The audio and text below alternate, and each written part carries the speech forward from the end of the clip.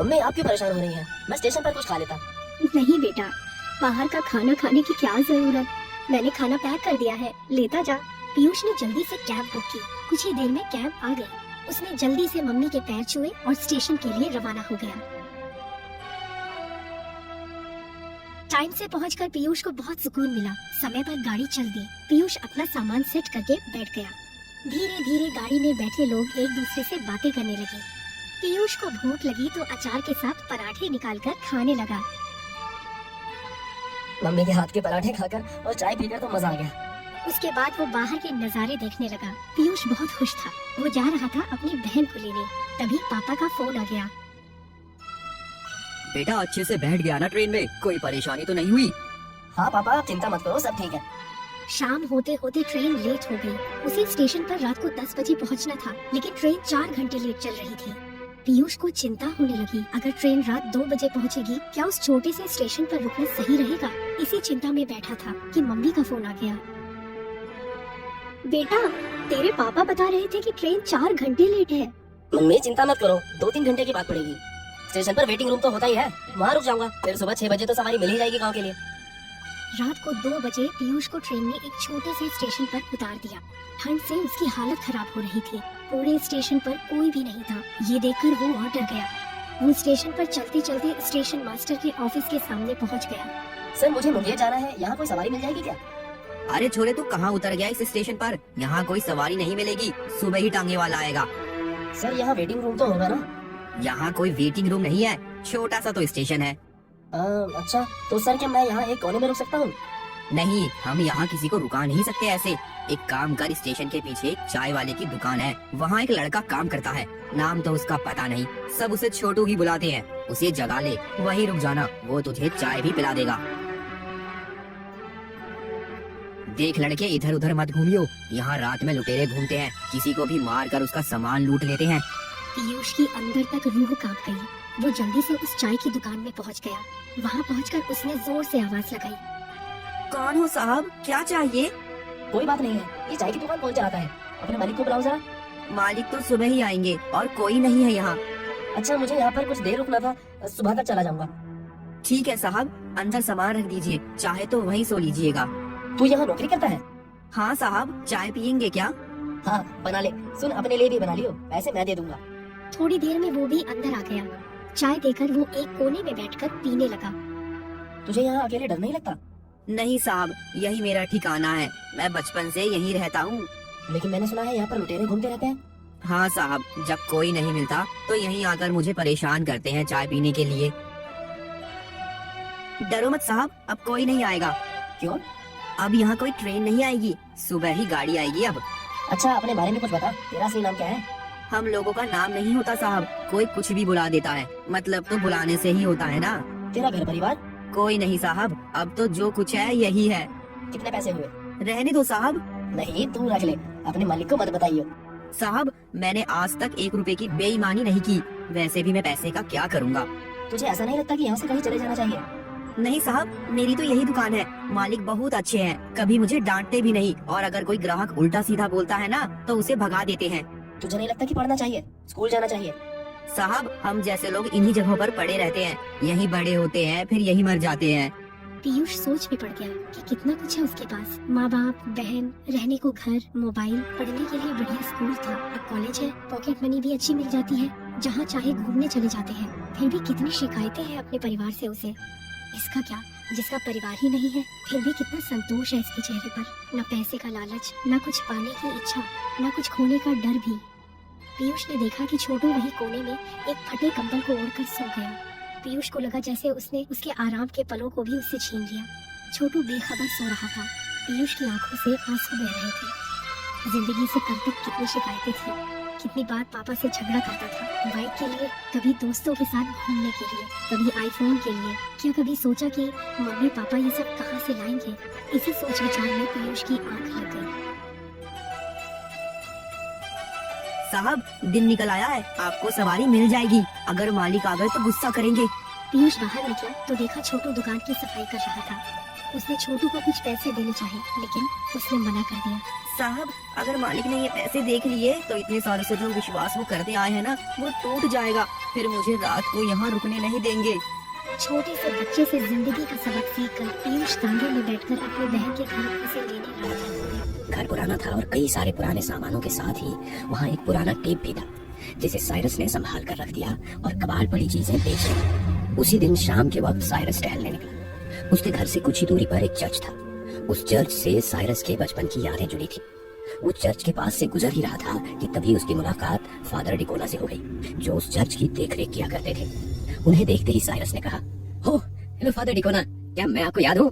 Father डिकोना ने Cyrus को ध्यान से देखते हुए कहा, साइरस, क्या तुम साइरस हो? यस फादर, मैं साइरस ही हूँ। दादाजी ने गुजरने से पहले घर का नॉमिनी मुझे बनाया था। अब इसे ठीक कराकर मैं यहीं रहूंगा। उस घर और वहाँ रहने की बात सुनकर फादर डिकोना के चेहरे पर अजीब सी खामोशी छा गई। वो वहाँ से बिना कुछ बोले चले गए। साइरस को ये बात बहुत अजीब लगी। खैर, कुछ देर घूमने फिरने के बाद साइरस वापस अपने घर आ गया। रात के वक्त साइरस बेडरूम में लेटा हुआ सोने की कोशिश कर रहा था, मगर नई जगह होने की वजह से उसे नींद नहीं आ रही थी। कुछ देर करवटें बदलने के बाद वो उठ बैठा और खुद से ही बोला, सुपर स्टोर रूम में मुझे एक वीसीआर कैसेट मिली थी, जिसे शायद दादाजी ने रखा होगा। देखना चाहिए उस कैसेट में आखिर क्या था। साइरस के दादाजी ने अपने घर में पुराने जमाने का वीसीआर प्लेयर भी रखा था। साइरस ने उस टेप को लगाकर प्ले किया और ध्यान से देखने लगा। वीडियो की शुरुआत में उसे सिर्फ अंधेरा नजर आ रहा था और कैमरे का फोकस काफी हिल डुल रहा था। पहले तो साइरस को प्रेयर जैसी कोई आवाज सुनाई दी, फिर धीरे धीरे उसमें से अजीब सी डरावनी आवाजें आने लगी। ये कैसी आवाज है? इस वीडियो का मतलब क्या है? साइरस जब तक कुछ समझ पाता तब तक वीडियो में उसे एक औरत नजर आई, जिसे बेड से बांध कर रखा गया था। वो तड़प रही थी और जोर जोर से कुछ बोल रही थी। मरोगे, तुम सब मरोगे। लीना किसी को नहीं छोड़ेगी। 11 दिन, सिर्फ 11 दिन। उस आवाज को सुनकर साइरस बुरी तरह डर गया। उसने फौरन ही वो टेप बंद कर दिया, मगर वो आवाज अभी भी पूरे घर में गूंज रही थी। आवाज इतनी तेज थी कि साइरस अपने कानों पर हाथ रखे हुए फ्लोर पर देखकर बुरी तरह तड़प रही थी। उसके कानों से खून निकल रहा। बंद करो ये आवाज, बंद करो। उसे बेहोशी जैसा महसूस हुआ। अचानक आवाज बंद हो गई। साइरस अभी भी जमीन पर अचेत हालत में पड़ा था। वो उठने की हिम्मत कर पाता तब तक कमरे की लाइट अपने आप लपकते झपकते हुए बुझ गई और साइरस को कमरे में अजीबोगरीब काले साए नजर आने लगे, जो उसके आसपास ही घूम रहे थे। साइरस इतना डर गया था कि वो उन सायों से जोर जोर से बातें करने लगा। नहीं नहीं नहीं, मुझे छोड़ दो। मैं ये घर छोड़कर चला जाऊंगा। छोड़ दो मुझे। इतना बोलते हुए वो हिम्मत करके उठ खड़ा हुआ और फौरन ही बाहर भागा। अंधेरे रास्ते पर दौड़ते हुए उसे सामने चर्च दिखा। साइरस भागता हुआ सीधा चर्च के पीछे वाले रास्ते से अंदर दाखिल हो गया। चर्च में इस वक्त कोई नहीं था और वहाँ काफी अंधेरा भी था। साइरस बिल्कुल अधमरा हो चुका था। वो चर्च की एक बेंच पर बैठे बैठे ही सो गया। अगली सुबह बेंच पर सोए हुए साइरस के कंधे पर किसी ने हाथ रखा। साइरस चौंक कर उठ बैठा।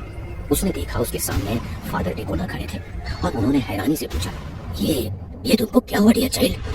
साइरस अपने साथ हुई रात की घटना का जिक्र फादर डिकोना से करता चला गया और फादर डिकोना सारी कहानी खामोशी से सुनते रहे और आखिर में साइरस ने कहा, वो घर पूरी तरह से प्रेतात्माओं से भरा हुआ है फादर।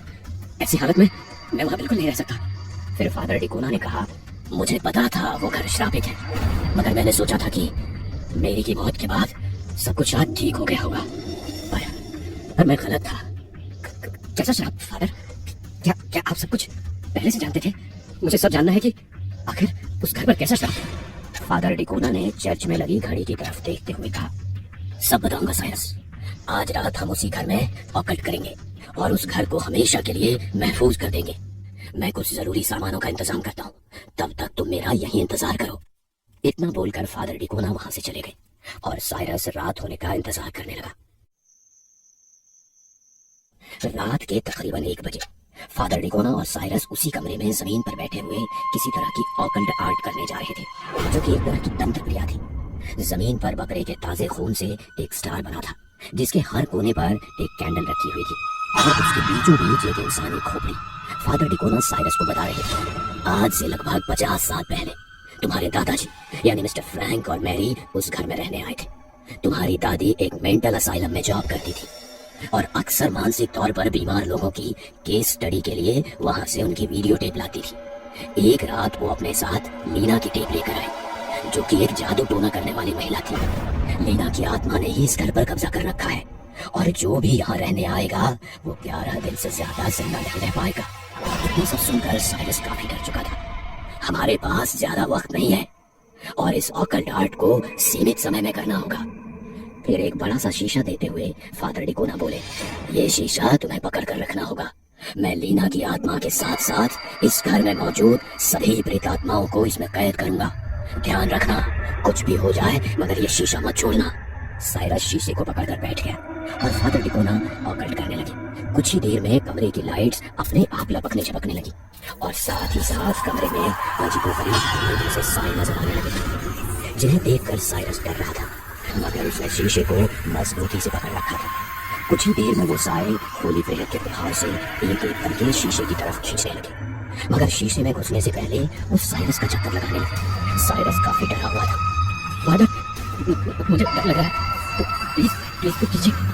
फादर डिकोना ने उस सायों की तरफ देखते हुए अपनी आंखों से इशारा किया। उन्होंने साइरस को पकड़ लिया और उसे हाथ में उठाने लगे।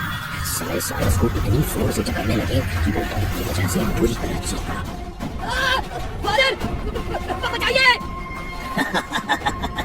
अब बचना कैसा डियर सन, जहाँ तेरे दादा और दादी को भेजा वहीं तुझे भी भेजूंगा। वो मनहूस स्टेट तो तूने भी सुना है, लीना तुझे भी ले जाएगी। फिर ये प्रॉपर्टी मेरी हो जाएगी, जिसका मुझे न जाने कितने सालों से इंतजार था। अब कोई वारिस नहीं बचेगा। जाहिर था प्रॉपर्टी के लिए ही फादर डिकोना ने लीना की रूह को कभी इस घर से जाने नहीं दिया। साइरस को अपनी मौत बिल्कुल साफ नजर आ रही थी। वो साए धुएं में बदलकर उसके शरीर पर हावी होने की कोशिश कर रहे थे, मगर साइरस आखिरी कोशिश करना चाहता था। उसने अपने शरीर की सारी ताकत लगाई और टीवी वाली टेबल की तरफ बढ़ने लगा, जिसे देखकर फादर डिकोना ने कहा, चाहे जिधर जाने की कोशिश कर ले, तू इन काली आत्माओं से नहीं बच सकता। बस लीना की भी साधना पूरी होने वाली है, वो आकर तुझे ले जाएगी। काले साए साइरस की हड्डियां चूर कर देना चाहते थे, मगर वो फिर भी किसी तरह जमीन पर रेंगते हुए टीवी तक पहुंच गए और प्लेयर में लगा हुआ टीवी प्ले कर दिया। लीना की आवाज पूरे कमरे में पहुंच गई, जिसे सुनकर पहले तो फादर डिकोना बौखला गया, मगर फिर डरते हुए बोला, ये क्या कर दिया तूने? ये तो लीना की आवाज है। साइरस अपने कान बंद कर जमीन पर लेट गया। अगले कुछ पलों में कमरे में एक अजीब सी मनहूसियत छा गई। जिन सायों ने साइरस को पकड़ रखा था उनकी पकड़ कमजोर पड़ चुकी थी। कमरे में साइरस को किसी औरत के पैर दिखे, जो कि अजीब सी आवाज निकालते हुए फादर डिकोना की तरफ बढ़ रही थी। कमरे की लाइट अपने आप बुझ गई और फादर डिकोना दर्द से कराह उठा। नहीं, मुझे छोड़ दो, माफ कर दो। फादर डिकोना की चीख से वो घर गूंज गया। साइरस उठने की हालत में नहीं था, वो अधमरा जमीन पर ही पड़ा रहा।